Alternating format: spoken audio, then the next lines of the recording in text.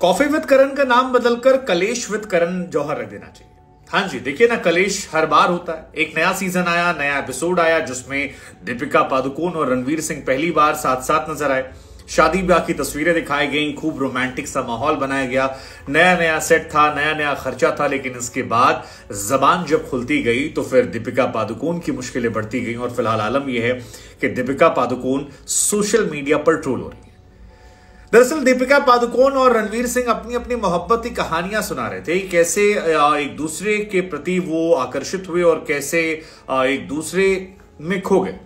लेकिन कहते कहते कहते दीपिका पादुकोण कुछ ऐसा कह गई जो बाद में उनके लिए फजीहत की वजह बन गई और फिलहाल सोशल मीडिया दीपिका पादुकोण को लेकर क्वेश्चन से भरा पड़ा है, जिसमें दीपिका पादुकोण को कोई पाखंडी कह रहा है, कोई कह रहा है कि यार अगर यही काम लड़के करते तो फिर उसे वुमेनाइजर कहा जाता। लेकिन दीपिका पादुकोण जैसी लड़कियां जो हैं वो विमेन एम्पावरमेंट के नाम पर बच जाती हैं। कई लोगों ने कहा कि दीपिका एडल्ट्री को या रिलेशनशिप की जगह सिचुएशनशिप को जस्टिफाई करने की कोशिश कर रही हैं।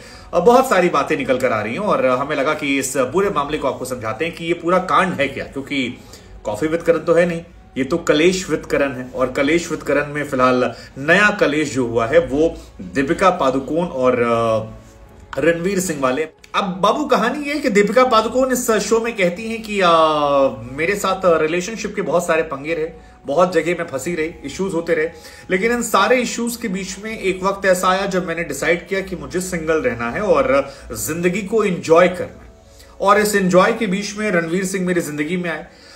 रणवीर सिंह जब आए तब मैं कई सारे लड़कों को एक साथ देख रही थी मतलब उनके साथ हैंग आउट कर रही थी, डेट कर रही थी, उठ बैठ रही थी या XYZ जो भी था। सो उसमें वो कहती है कि यार मैं और रणवीर जो हैं वो किसी सीरियस रिलेशनशिप में नहीं थे, हमारे बीच में कमिटमेंट नहीं थी, हम अलाउड थे कि हम अपने अलावा किसी और पार्टनर को भी देख सकते हैं और मैं देख भी रही थी। अब इस देखने के मायने बहुत सारे निकल सकते हैं, जो भी आप अपनी स्वेच्छा से निकालना चाहें। लेकिन उसके बाद वो कहती हैं कि जब मैं किसी और के साथ होती थी तो मुझे रणवीर सिंह याद आते थे। हम दोनों कमिटेड थे लेकिन हम कमिटेड नहीं थे और हम उस अलग अलग जगहों पर भी देख रहे थे। उसके बाद मुझे लगता था कि रणवीर के पास ही लौटना है। अब यही वो लाइन है जिसके इर्द गिर्द काफी कंट्रोवर्सी होने लगी। हालांकि इस वीडियो में रणवीर सिंह का चेहरा जो है जहां थोड़ा सा पीला पड़ जाता है जब दीपिका के बारे में कुछ कहते हैं और दीपिका कहती कौन, तो कहता अभी तो तुम कह रही थी कि तुम मेरे साथ होने के साथ भी और लोगों को देख रही थी। वो कहती है मुझे नहीं याद। देन रणवीर सिंह सेज की बट तुमने जो कहा वो मुझे अच्छे से याद है। और यहीं पर सारा कलेश सोशल मीडिया, मतलब इसके बाद तो लोगों ने दीपिका पादुकोण के ऊपर शुरू कर दिया। किसी ने लिखा कि I hope Ranveer Singh is safe. Deepika Padukone उन लड़कियों में से हैं जो 4 लड़कों पे ट्राई करती हैं और उसके बाद तय करती हैं कि यार ये वाला तो है ही मेरे पास, ये कहां जाने वाला है, तो हम इससे तो बाद में सेटल हो ही जाएंगे, लेकिन लेट्स एक्सप्लोर, क्या पता कोई बेहतर ऑप्शन मिल जाए। एक ही थे। अरनाज करके एक यूजर है, वो लिखते हैं कि यार it's perfectly fine to date कई सारे लड़कों को at the same time if you want to have fun. ठीक है, इसको लेकर कोई आप पर शिकायत नहीं। मौजूदा दौर में कई लोग ऐसे हैं जो कई सारे लोगों के साथ डेट करते हैं मस्ती करने के लिए, लेकिन अगर आप इसे वुमेन एम्पावरमेंट का नाम देंगे तो फिर यहां पर एक इश्यू है। और स्टॉप नॉर्मलाइजिंग एडल्ट्री, ये उनकी तरफ से लिखा गया।